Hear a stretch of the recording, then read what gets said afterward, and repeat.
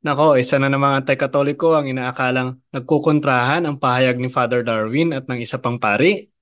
Panoorin po natin ang video na ito. Dalawang pari na Katoliko, hindi magkasing tulad ang kanilang mga doktrina. Pakinggan natin at panoorin ang kanilang mga pahayag. Dili ang Biblia may pillar and foundation of truth, ha? Ay, paminaw ma. Dili ang Biblia may foundation, pillar and foundation of truth. Ang Biblia, ang simbahan. Tama naman. Dili ang Biblia. Ang ako lang gusto mahitabo, nagbasaan yung balik ng Ebanghelyo. In fact, the Bible is the Word of God, the source of inspiration, the life of Jesus, and it could be a source of our salvation. Ang Biblia, pulong sa Diyos. Tinugdan sa itong kaluwasan, kinabuhi ni Kristo na maghatag na itong kaluwasan. Dito sa sinabi ni Father Darwin, binabanggit niya lamang ang sulat ni San Pablo. 1 Timothy 3:15, "This is the church of the living God, which is the pillar and foundation of the truth." Ang iglesia ang haligi at suhay ng katotohanan.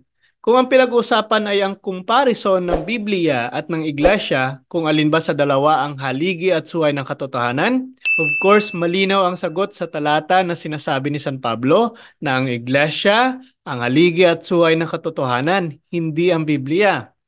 Now, may katotohanan ba ang pahayag ni Father Darwin? Yes, dahil yan ang mababasa sa Biblia. At yan po ang katotohanan, na kung wala ang iglesia, wala ring matatawag na Biblia. Take note, ang Biblia, meaning may Old at New Testament. Kung wala ang iglesia, wala ring Biblia. Dahil ang iglesia ang pumili ng mga aklat na tinawag na inspired at ang iglesia din ang nagbigay ng pangalang Bible. Bakit po? Dahil ang authority ng iglesia ang pinag-uusapan dito sa pamamagitan ng Santo Papa.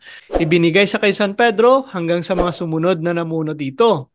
And take note, iglesia na lumitaw 1st century. Dahil baka mag-assume na naman po ang mga kapatid natin na iglesia na lumitaw lamang 19th century. Now, ang pahayag ng iglesia ay siyang haligi at suhay ng katotohanan ay talagang tinututulan ng mga sulpot na sekta. Dahil obvious na obvious, sila ay mga sumulpot lamang ng dahil sa Biblia. Meaning, kung wala ang Biblia, wala rin sanang sulpot na sekta. Ngunit dahil sa magkakaibang kanilang interpretasyon, magkakaibang kanilang unawa, at taliwas na talaga sa pinupunto ng Biblia, kaya nagsusulputan na lamang po sila.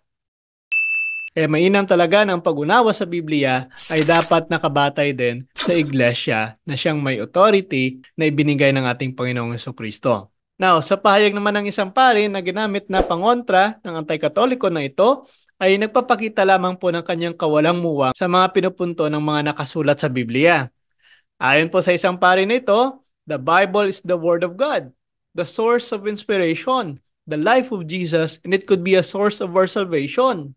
Ang Biblia po ay ang salita ng Diyos, ang pinagmula ng inspirasyon, ang buhay ni Jesus, at ito ay maaaring maging mapagkunan ng ating kaligtasan. Now, sa payag na ito, saan dito ang contradiction na sinasabi ng anti-katoliko na ito? Na ito daw ay contradiction sa naging pahayag ni Father Darwin ng iglesia ang haligi at suhay ng katotohanan. Diba? Magkaibang topic pero ginawang contradiction? Oo nga, no? Yes, the Bible is the Word of God, 2 Timothy 3:16-17. But it is of different approach kapag ang tinutukoy ay ang pillar and foundation of truth, which is the church, 2 Timothy 3:15. Yes, the Bible is the source of inspiration, 2 Timothy 3:16-17, but again, it is of different approach kapag ang tinutukoy ay ang pillar and foundation of truth, which is the church. Yes, the Bible tells about the life of Jesus, patungkol po sa buhay ni Jesus na mababasa sa 4 na ebanghelyo. Ngunit sa ulitin, magkaiba ang paksa kapag ang tinutukoy ay ang pillar and foundation of truth or haligi at suhay ng katotohanan, which is the church or ang iglesia. And yes, the Bible can be the source of salvation kung susundin lamang ito ng tama ng nagbabasa. Joshua chapter 1 verse 8, pero sa uulitin, hindi nito sinasalungat na ang iglesia ang haligi at suhay ng katotohanan. Malinaw po yan.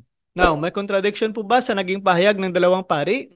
Ang malinaw na sagot, wala. Dahil sa ang utak lamang ng mga sulpot na sekta ang magulo, kaya ang isang pahayag na tama at nasa punto ay pawang mali pa rin para sa kanila dahil nga sila itong nalilito. Kaya mga kapatid, maging mapagsuri at huwag lamang basta-basta maniwala sa mga pakulo ng mga sulpot na sekta. Nariyan na po ang iglesia, wala pa mang tinatawag na Biblia. Ang iglesia pa rin ang haligi at suhay ng katotohanan dahil dito ay pinagkatiwala ni Kristo ang otoridad sa pagtuturo sa tao. Kaya sumunod lamang po tayo sa Iglesia Katolika dahil ito ang katawan ni Kristo na kanyang ililigtas sa mga huling panahon. Kaya si Kristo bilang head of the church ay hindi pababayaan po ito. Kaya maging matatag na Katoliko sa salita at sa gawa at maaari nyo rin po itong ipakita sa pamamagitan ng pagsuot ng ating Catholic t-shirt na available na para sa inyo. At marami po kayong pagpipilian na angkop sa mga nais po ninyo. Muli po, this is Mr. Curious Catholic. Kasama po ninyo sa pagtatanggol ng ating simbahan.